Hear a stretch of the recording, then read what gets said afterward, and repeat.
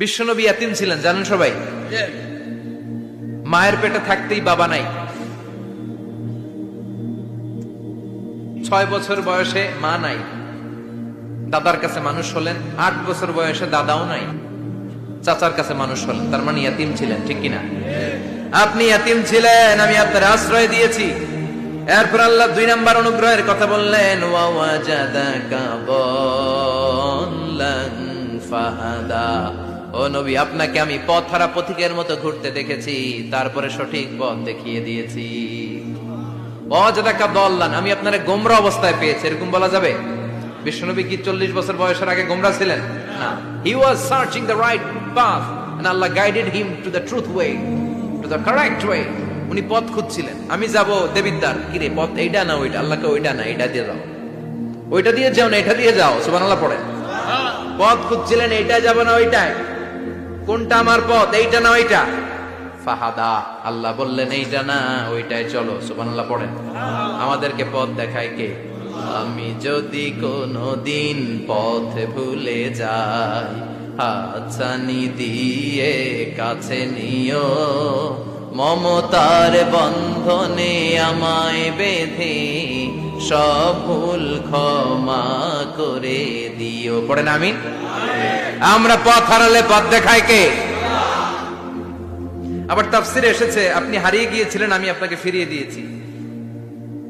পাহাড়ি কোন একটা রাস্তায় বিশ্বনবী ছোটবেলা হারিয়ে গিয়েছিলেন, আল্লাহ তাআলা বিশ্বনবীকে আবার চাচার কোলে ফিরিয়ে দিলেন। এই বর্ণনাটা দুর্বল। সঠিক মত হচ্ছে বিশ্বনবী পথ খুঁজছিলেন, সঠিক পথ, আল্লাহ বিশ্বনবীকে সঠিক পথ দেখালেন। সুবহানাল্লাহ পড়েন।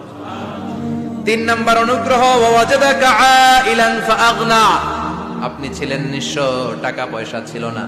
তাফসিরে এসেছে ফাআগনা বিখাদিজা, খাদিজার মাধ্যমে আমি আপনারে ধনী বানায়া দিছি। বিশ্বনবীর কিন্তু টাকা পয়সা ছিল না জানেন, ছাগল চড়াতো, কাউবয়। মা মিন নাবিয়্যিন ইল্লা রাআল গানাম, ছাগল চড়াতেন। এরপরে খাদিজাতুল কুবরার স্টাফ হিসেবে, কর্মচারী হিসেবে ক্যারিয়ার শুরু করলেন। এরপর বিজনেস ম্যাগনেট হিসেবে শুরু করলেন।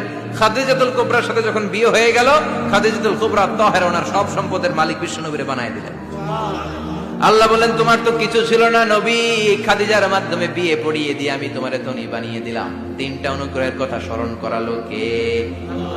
3টা অনুগ্রহের কথা স্মরণ করিয়ে দিয়ে এবার বিশ্বনবীর 3টা ওয়ার্ক প্ল্যান দিবেন। কয়টা ওয়ার্ক প্ল্যান?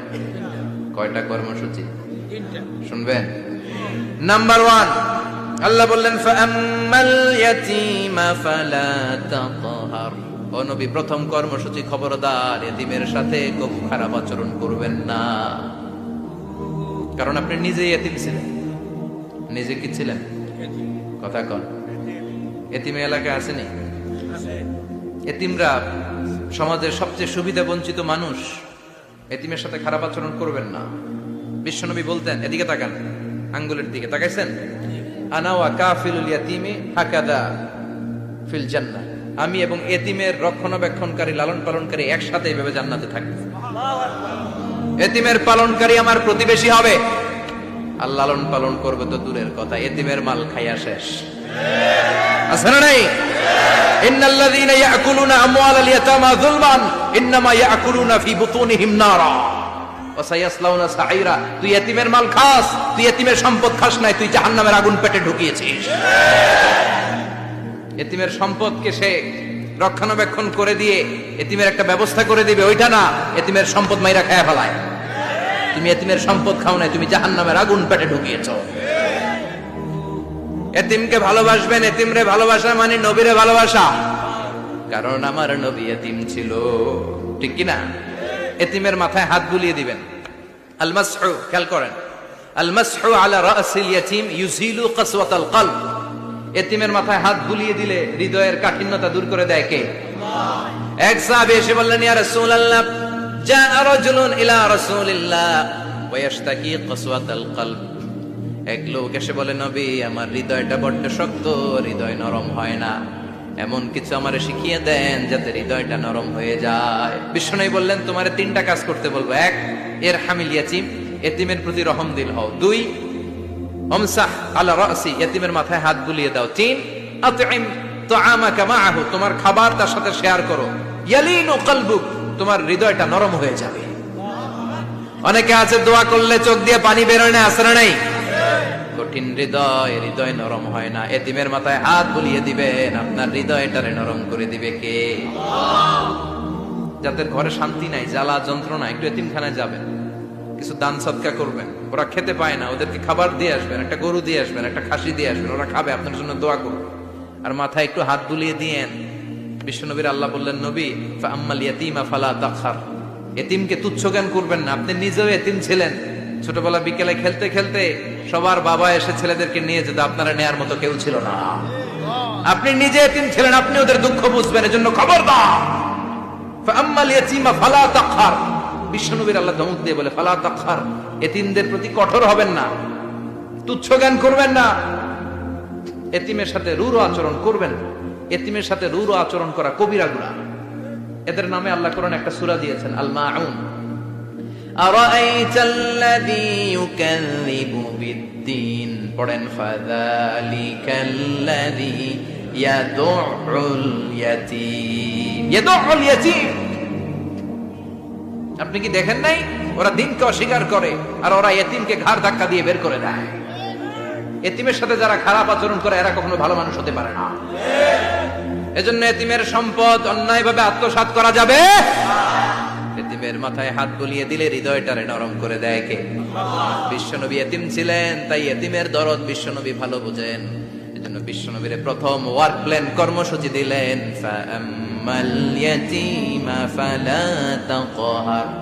খবরদার, নবী এতিমের সাথে কখনো খারাপ আচরণ করবেন। 2 নম্বর কর্মসূচি, ওয়া আম্মাস সাইলা ফালা তানহার। ও নবী, যারা সাইল, যারা ফরিয়াদি, যারা ভিক্ষুক, কখনো তাদেরকে ধমক দিবেন না। ভিক্ষুককে ধমক দিয়েন না, ফিরিয়ে দিয়েন না। আমরা ভিক্ষুককে ধমক দেই, ফিরিয়ে দেই। গাড়ির মালিক গাড়িতে বসে আছে, রাস্তায় জ্যাম, কিছু ভিক্ষুক এসে স্যার 2টা টাকা দেয়, ধমক দেয়, আছে না নাই? ও ভাঙ্গা থালা হাতে নিয়ে দাঁড়িয়ে আপনার কাছে টাকা যায়। আপনি বড় সাহেব, ওরেও বড় সাহেব বানাইতে পারতো কে? ওই ভাঙ্গা থালাটা আপনারে হাতে দিয়ে রাস্তায় নামাইতে পারতো কে? এই কাজটা করতে আল্লাহর কয় সেকেন্ড লাগে? এজন্য ফাআম্মা সাইলা ফালা তানহার, খবরদার, ফরিয়াদি ভিক্ষুককে তাড়িয়ে দিয়েন না। যতটুকু পারেন দেন। বিশ্বনবী কখনো কোনো ফরিয়াদিকে তাড়িয়ে দিতেন না। সুবহানাল্লাহ পড়েন। যেই বিশ্বনবীর কাছে এসে কিছু চাইতো, বিশ্বনবী দিতেন। বিশ্বনবী কখনো কাউকে ফিরিয়ে দিতেন না। বিশ্বনবীর কাছে চাওয়া মাত্র বিশ্বনবী দিতেন, না বলতে জানতেন না। সুবহানাল্লাহ পড়েন। না, এটা কেমন করে বলে বিশ্বনবী জানতেন না। একবার এক সাইল এসে বললে, ইয়া রাসূলুল্লাহ আ'তিনি কামিসান, আমাকে একটা জামা দেন। বিশ্বনবীর গায়ে তখন একটাই জামা। কয়টা? বিশ্বনবী কি আর করবেন, না তো করতে জানেন না, নিজের জামাটাই খুলে দিয়ে দিলেন। এখন বিশ্বনবীর গায়ে কয়টা জামা? কয়েকটা। কয়টা? কোন জামা নাই, ছিল কয়টা? ওইটাই তো দিয়ে দিস। আল্লাহ বিশ্বনবীরে বললেন, ওয়াল্লাযীনা ইযা আনফাকু লাম ইউসরিফু ওয়া লাম ইয়াকতুরু ওয়া কানা বাইনা যালিকা কাওয়ামা।